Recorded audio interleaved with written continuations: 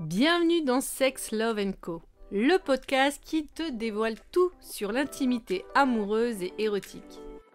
Ici, on brise les tabous pour t'accompagner vers une sexualité épanouie et des relations amoureuses éblouissantes. Envie d'enrichir ta vie intime, renforcer ta complicité ou dépasser les blocages liés à ta sexualité? Tu es au bon endroit. Je suis Gwenaëlle Derost, sexothérapeute, et à chaque épisode, je te partage mon expertise, des témoignages inspirants et des outils concrets pour transformer ta vie intime. On parle de tout ce dont on ose discuter: sexualité, amour, plaisir, désir, érotisme. Ensemble, nous allons lever les tabous pour t'aider à faire briller ta vie intime et amoureuse. Alors, prêt ou prête pour ce voyage intime ?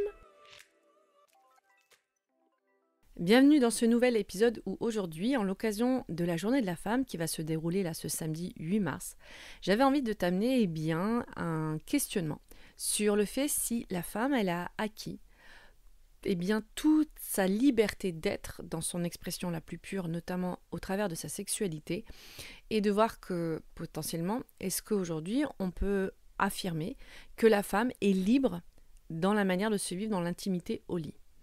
Pourquoi j'avais envie de te parler de ça ? Parce que la journée de la femme, c'est de rappeler que la femme a autant de droits civiques, juridiques que l'homme, qui depuis plus d'une 50aine d'années, grâce au mouvement féministe, on a acquis, on a conquis, enfin, ces droits égalitaires de civiques et juridiques.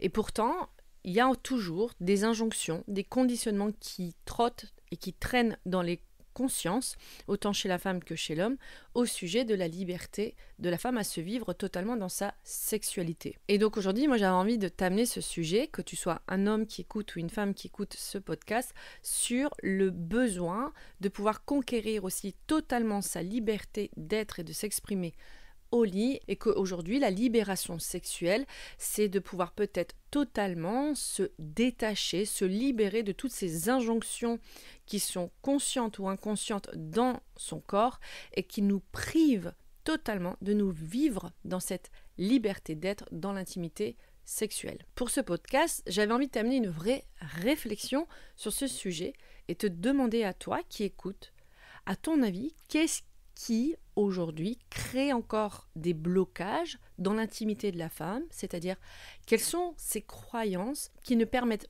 pas à la femme de pouvoir accéder à sa réelle liberté d'expression dans sa sexualité et de pouvoir, toi, peut-être t'accorder un petit moment de réflexion avant de continuer cet épisode pour te poser cette question: tiens, est-ce qu'aujourd'hui je peux affirmer que la femme, que je sois d'ailleurs un homme ou une femme qui écoute cet épisode, se sent libre dans l'intimité sexuelle?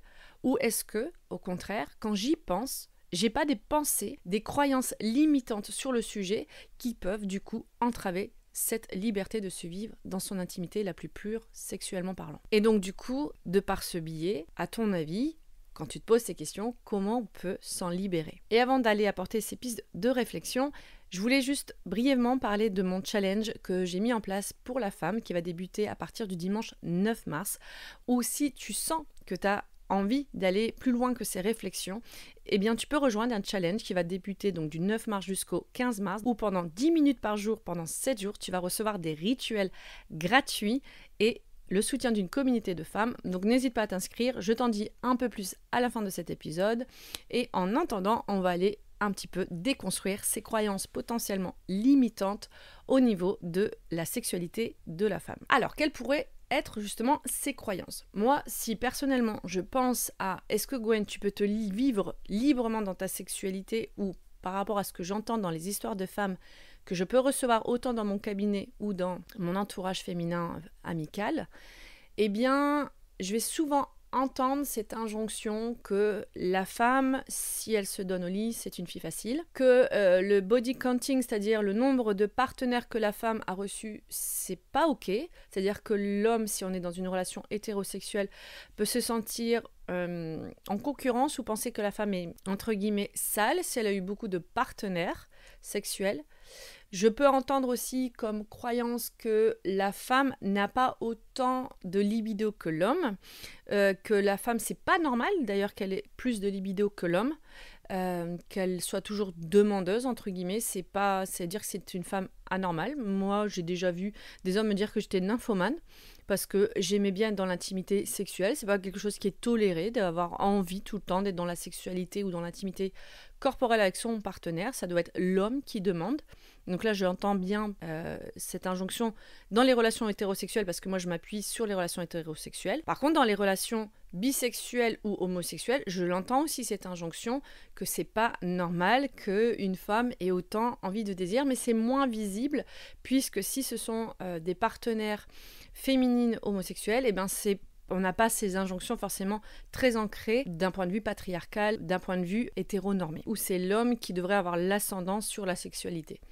Mais il y a quand même toujours ces pistes de réflexion. C'est pas logique d'être hyper demandeuse. Il peut y avoir aussi donc du coup cette hyper injonction qu'une femme pour être respectée, elle doit attendre. Qu'une femme qui prend énormément de plaisir au lit, c'est que c'est une femme qui est facile, donc c'est une femme à laquelle on ne peut pas faire confiance sur la longue durée. Parce que c'est une femme qui est libérée, que si c'est une femme libérée, ça veut dire que potentiellement elle peut batifoler d'un partenaire ou d'une partenaire à une autre, et que potentiellement ça veut dire que c'est pas une bonne femme à marier. C'est-à-dire qu'il y a vraiment une injonction où quand la femme se vit dans cette libération sexuelle, elle est possiblement pas potentiellement sérieuse, mariable ou autre chose qu'on pourrait se dire dans ce type de croyance limitante.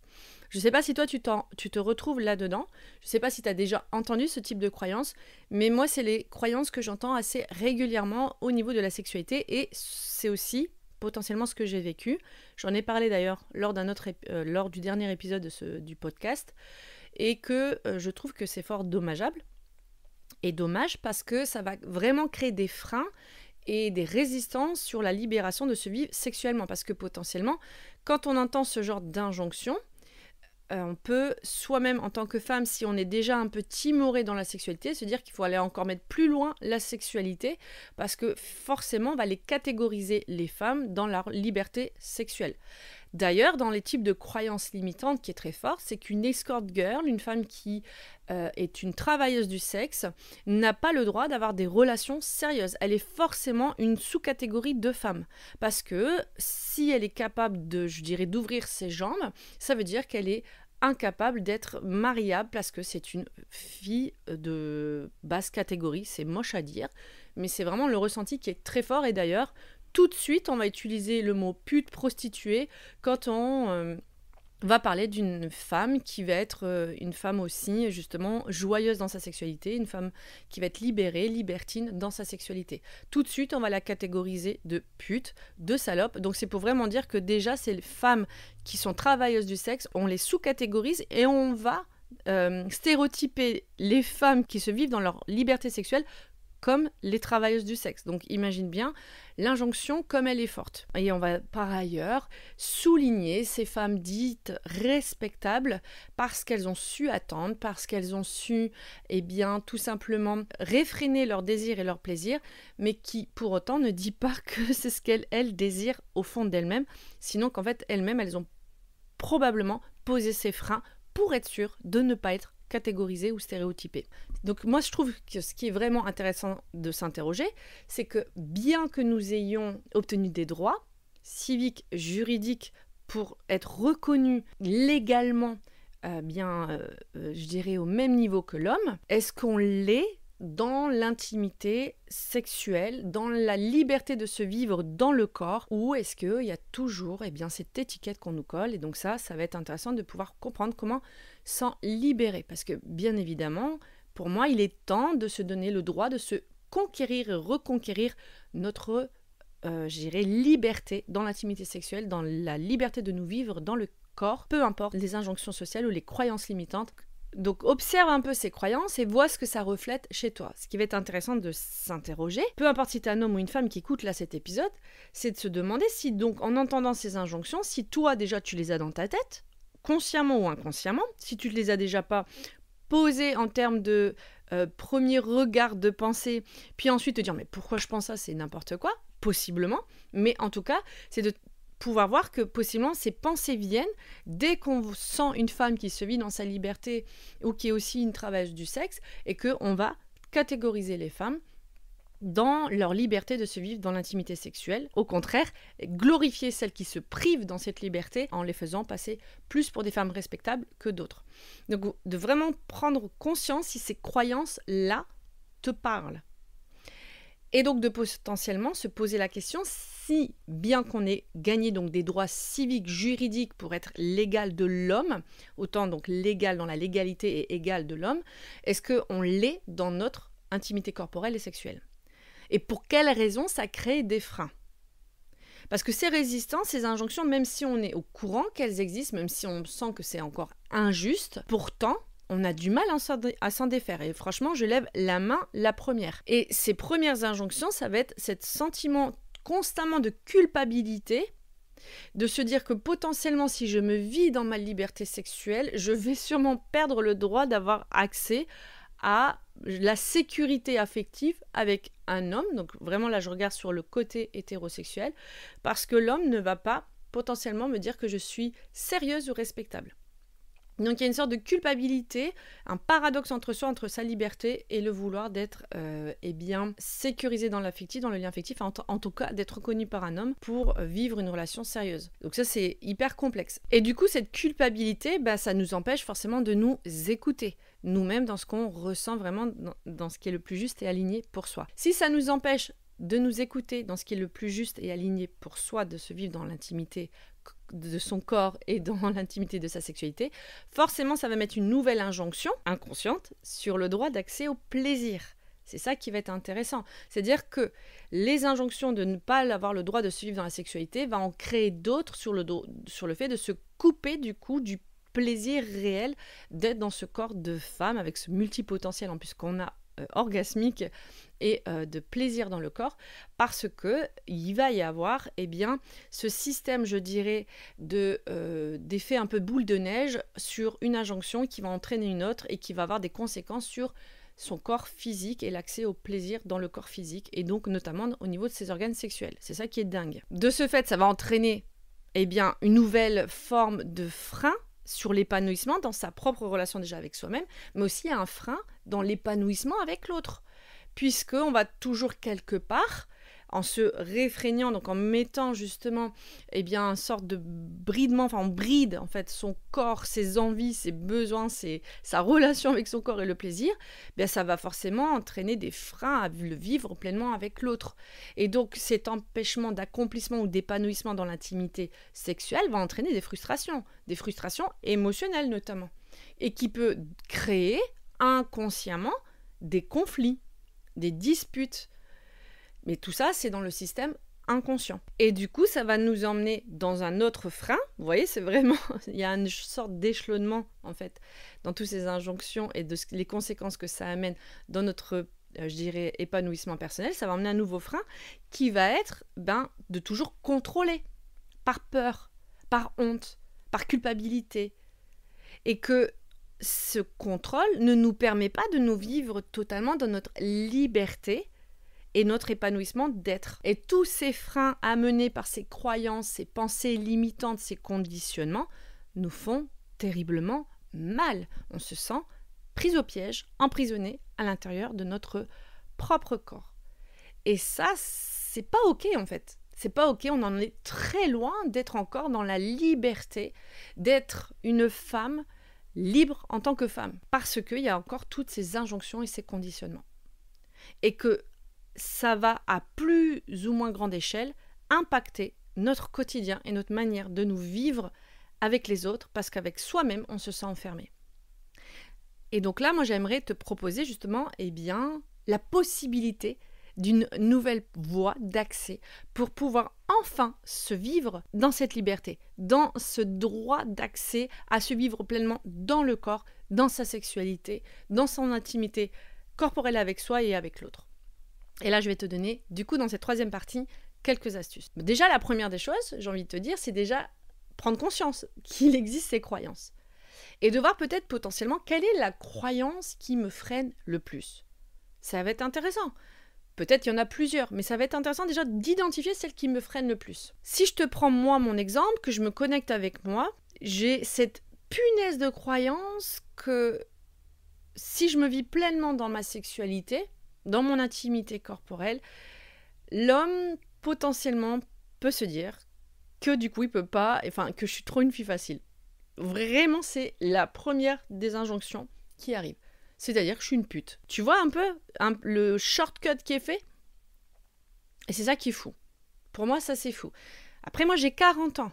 J'ose espérer, en tout cas c'est mon grand souhait, que pour les générations des jeunes femmes qui se vivent pleinement dans leur liberté sexuelle à 20 ans ne se posent pas ces questions comme celles de 30 ans.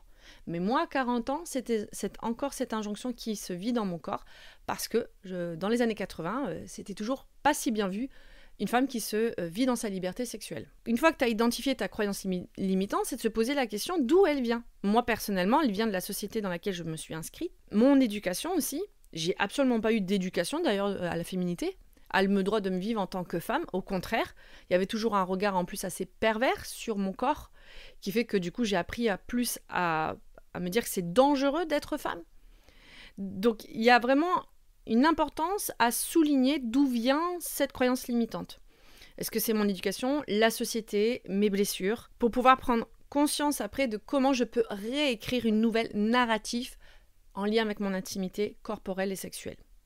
Et auquel cas, là, tu peux prendre le temps de se dire, bah tiens, ok, il y a ces pensées limitantes, et si maintenant je venais construire une pensée lumineuse, de me dire que j'ai le droit d'être libre dans mon intimité et ma sexualité, bien qu'elle ait été bafouée dans le passé, et que me vivre dans cette intimité sexuelle et corporelle, c'est comme ça que je l'envisionne, et de pouvoir décrire la manière dont tu l'envisionnes.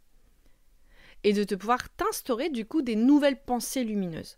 De te dire que là, dans ma micro-société dans laquelle je m'inscris, c'est-à-dire moi et mon entourage, c'est ainsi que je veux me donner le droit de vivre. C'est hyper important d'écrire une nouvelle narrative parce que tu vas venir inscrire à ton système nerveux, à ton cerveau, donc à ton système de pensée, eh bien, un nouveau billet cognitif, une nouvelle voie de cheminement avec ton intimité sexuelle. Parce que tu restes maîtresse et souveraine de ton droit de te vivre dans ton plaisir. Ça ne veut pas dire qu'il n'y aura pas encore des étapes pour amorcer justement cette voie d'accomplissement et d'épanouissement dans ton intimité sexuelle et corporelle, mais en tout cas, c'est de te donner un nouveau droit narratif de te vivre dans ton intimité sexuelle et corporelle. C'est hyper important. Et donc, pour appuyer du coup cette nouvelle narrative, c'est te donner le droit de l'explorer, de l'expérimenter, d'oser d'aller vers cette version de toi dans cette nouvelle narrative, en le mettant en action. Donc c'est d'aller regarder le plus pur de moi, ce que j'ai envie de me vivre dans cette liberté, et comment je peux le mettre en action, l'expérimenter, parce qu'il n'y a que là que tu sauras te réajuster, t'autoréguler sur ce qui est ok, pas ok, mais qui t'appartient qu'à toi, et non plus aux autres. C'est-à-dire de cesser de donner la voix de ce qui est juste ou pas dans ton droit de te le vivre, dans ton intimité, ta sexualité, de te le donner à toi, souveraine et maîtresse de ton expérience, en fait, dans ton corps et dans le droit le plus pur de te vivre pleinement comme tu es dans ton intimité sexuelle, et de voir justement où encore il peut y avoir ces croyances qui viennent te freiner. Et ça, c'est hyper important, c'est hyper capital. Revenir dans sa puissance intérieure d'autorité, d'affirmation de soi. Et ça demande forcément une déconstruction pour réparer donc à travers ce nouveau schéma narratif que tu peux t'offrir et l'expérimenter. Donc, je récapépète cette troisième partie. 1. Tu vas d'abord identifier quelle est la croyance limitante la plus forte. 2. D'où elle vient. Est-ce que c'est éducationnel? Est-ce que c'est du vécu personnel? Est-ce que c'est la société dans laquelle tu t'inscris? En général, je te dirais qu'il y a un peu les trois. Ça peut être aussi les médias, ce qui renvoie aussi, ce que j'ai vu dans les clips, ça peut être plein de choses, les histoires que j'ai entendues des personnes qui ont vécu, des femmes qui ont vécu des agressions sexuelles, donc ça peut faire très peur. Dans un troisièmement, de pouvoir décrire une nouvelle histoire, un schéma narratif avec ta liberté de te vivre dans ton corps sexuel intime le plus pur. Enfin, dans une quatrième étape, de te donner le droit de l'expérimenter, de pouvoir tester, de t'autoréguler, de te dire ce qui est ok, pas ok, et de voir toujours au plus loin où tu veux te vivre dans cette liberté et accomplissement dans ton intimité sexuelle. Bien évidemment, se libérer dans l'intimité sexuelle, ça se fait pas du jour au lendemain, surtout que très souvent, quand on a envie de lâcher prise, de lâcher justement cette bride-là qui nous empêche d'être libre dans l'intimité au lit, on a souvent peur de ne pas se faire respecter et souvent peur d'être utilisé, objectisé, ou au contraire que le consentement ne soit pas préservé et que on fasse n'importe quoi de cette liberté qu'on a envie de se donner, c'est-à-dire que l'autre en fasse n'importe quoi, mais c'est aussi justement l'apprentissage de pouvoir, affirmer ses limites, affirmer ses besoins à l'autre, c'est-à-dire poser le cadre sécurisant et sécuritaire pour que tu puisses vivre cette expérience de la manière la plus bienveillante possible. Et pour cela, moi ce que je te propose, c'est que ça passe forcément par une réelle reconnexion avec soi. Et donc de là, je te propose ce challenge, si tu as envie de t'inscrire, de pouvoir profiter gratuitement de cet rituel pour apprendre à te connecter à l'intérieur de toi sur comment comprendre en fait ce qui est important, comment l'exprimer à l'intérieur de moi et à l'autre pour pouvoir être de nouveau souveraine de ma féminité, être à la reconquête de ma féminité quand je me connais mieux et l'exprimer du coup à l'autre. Donc profites-en de ce challenge, il est vraiment gratuit. Ça va te prendre 10 minutes de pratique par jour. Il y aura des vidéos qui vont t'expliquer tous les jours les thèmes et on va pouvoir se retrouver en fin de semaine, donc le samedi 15, ensemble sur Zoom pour pouvoir célébrer ces 7 jours qu'on aura passés ensemble. Donc inscris-toi en lien en bio de mon compte Insta si tu m'écoutes là sur les plateformes de podcast. Je mettrai quand même le lien juste là avec le petit texte que tu vas retrouver avec le podcast. Et si tu connais pas mon site Insta, c'est sublimation-du-bas, donc c'est -8 en général sur le téléphone, Gwen, GWE2N. Et de retrouver aussi toutes ces infos sur ma page web, dans mes programmes, où il y aura justement donc un onglet spécial programme féminin et à l'intérieur tu pourras retrouver du coup l'accès, donc le lien d'accès pour t'inscrire au challenge et recevoir ton premier email qui confirme ton inscription. Et pour ça c'est sur le www.sublimation-by-gd pour gwenaëlderost.com. N'hésite pas aussi à me partager tes ressentis par rapport à ce podcast. Et si tu as été un homme qui a écouté ce podcast aussi, profites-en. C'est important d'entendre aussi ce que toi, tu vois comme croyance limitante et de voir ce que ça crée en toi, de te rendre compte que possiblement, et que bien ces croyances limitantes, elles t'ont été apportées par une éducation, et de voir si potentiellement tu te dis, ah oui, ça peut impacter l'intimité de la femme, donc ça peut être hyper intéressant. Donc n'hésitez pas en tout cas, peu importe quel genre tu es en train d'écouter ce podcast, me dire ce qui se passe en toi quand tu as écouté ça, quand tu as écouté ces croyances limitantes. Et on se retrouve la semaine prochaine pour un nouvel épisode. Et en attendant, prends soin de toi. Merci d'avoir écouté cet épisode. J'espère qu'il t'a donné des clés pour enrichir ta vie amoureuse et intime. Si tu as aimé, abonne-toi, laisse un avis et partage-le. Moi je te retrouve mardi prochain pour une nouvelle dose d'amour, de complicité et de sensualité.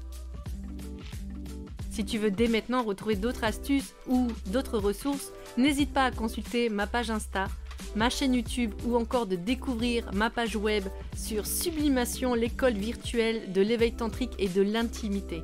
En attendant, prends soin de toi et je te dis à très vite pour un nouvel épisode de Sex, Love & Co.